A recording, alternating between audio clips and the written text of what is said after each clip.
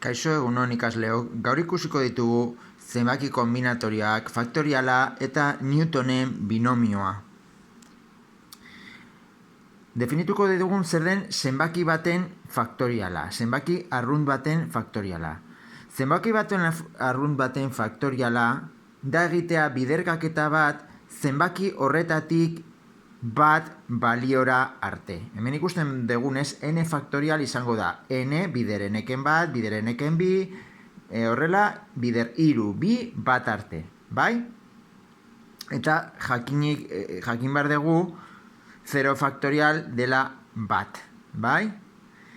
Edo n faktorial da n bider n-eken bat faktorial. Hau da, baldin ba, imaginatu lau faktoriala, imaginatu n ordez jartzen dugu lau, eta faktoriala kalkulatu behar dugu. Orduan, lau faktoriala izango litzateke, lau, bider iru, bider bi, bider bat, bai? Lautik batera, zenbaki guztiak biderkatuz. Hau da, lau bider iru amabi, amabi bider bi hogeita lau, bider bat hogeita lau. Lauren faktoriala izango litzateke, hogeita lau. Beste adibideat, adibidez, iruren faktoriala. Iru bider bi, bider bat, bai? Irutik hasita batera. Iru bider bi, sei, bider bat, sei. Hau da, iruren faktoriala izango litzateke, sei, bai? Eta, faktoriala erabiliz, definituko dugu zer den zenbaki kombinatorioa. Hemen ikusten dezute, n zenbaki bat goian, m zenbaki bat behian, bai? Orduan, izango da, goian egitea n-ren faktoriala, bai? Behian jartzea m-ren faktoriala, bai? Honen orden berdinean, eta bukatzeko hemen egin n-ken m-ren faktoriala, bai? M izan behar du n baino txikiagoa, bai? Adibidez, zuek egiten badezute zenbaki kombinatoria adibidez, iru bi, adibidez, iru bi, izango litzateke, goian iru faktoriala, zati bi faktoriala, bider, iruken bidela bat faktoriala, bai? Eta emango luke balioa iru, bai? Ikusten zute, kombinatorio bakoitza da zenbaki bat, lau, iru kombinatoria, zenbaki kombinatoria da lau, bai? Eta horrela, bakoitza. Hemen ikusten dezutenez, osatzen dugu zenbaki kombinatorioekin, osatzen dugu tartagliaren triangelua, bai? Hau da, ikusten dezuten hemen dagoela bat 0, bat bat. Bi 0, bi bat, bi bi. Iru 0, iru bat, iru bi, iru iru. Lau 0, lau bat, lau bi, lau iru, lau lau. Honek esan nahi du, lehenengo lerroa 0 garren zutabea. Lehenengo lerroa, lehenengo zutabea. Bigarren lerroa 0 garren zutabea. Bigarren lerroa, lehenengo zutabea. Bigarren lerroa, bigarren zutabea, bai? Eta horrela, bakoitza, bai? Goikoaren balioa da lerroa, eta bekoaren balioak adierazten du zutabea, bai?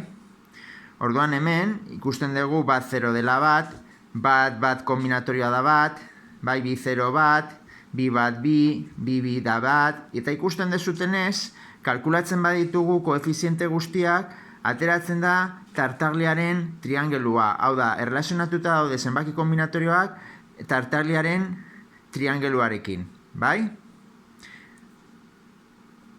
Edo Pascalen triangelua. Ikusten dugunez hemen, bat gehi bat da bi, bai? Bi goikoak hartuz, ateratzen da hirugarrena. Bi gehi bat iru, bat gehi iru lau, iru gehi iru sei, iru gehi bat lau, bai? Ikusten dezutez, ateratzen dela triangelu bat, bai? Beti egiten da bat, gero bat eta bi, eta gero bat. Bat eta bi, iru, bi eta bat, iru, eta bat hemen. Bat eta iru lau, iru eta iru sei, iru eta bat lau, eta bat, bai?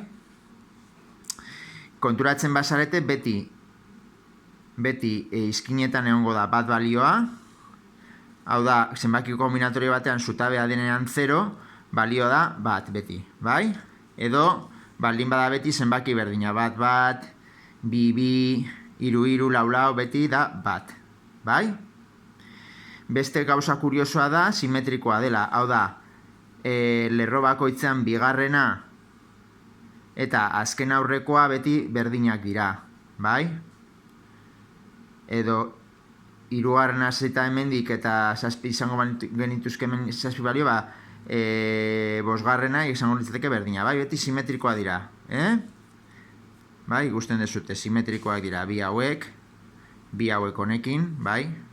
Bi hauetan batzen baizute bat eta hiru da lau, hemen batzen baizute bat eta hiru da hiru, zutabea hirugarrena, bale? Eta beste propietate bat izango litzateke adibidez, hemen ikusten dezute laua, hirua, bia, bai, bata beti azken aurrekoa da, azken aurrekoaren balioa da beti lerroa, bai? Azken aurrekoa beti da lerroa, adierazten du lerroa, bai? Eta gero beste propietate bat daukagu hemen ere bai, ikusten badezute, lau da, goiko biak batzen baituzue diagonalean. Goitik dituenak eta diagonalean horrela. Lau da, hiru gehi bat. Adibidez, 6 da, gora egiten dugu, hiru gehi bi bost eta gai bat 6.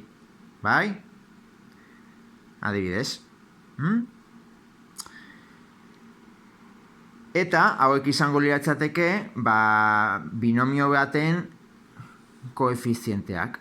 Bai? Egiten badugu a gehi b ber n, horrek esan nahi du koefizienteak dira binomionen, hau da, Newtonen binomioa deitzen denaren koefizienteak. N-espi 0, N-espi bat, N-espi bi, N-espi N-era arte jarri baritu koefizienteak, eta gero jun behar gara geisten N-eren arabera A berren, gero A berreneken bat, A berreneken bi, horrela 0 arte. Eta B bigarrena igo beharko genuke 0tik hasita. 0, bat, B, bi, batu gai bakoitzean, B, N-era arte.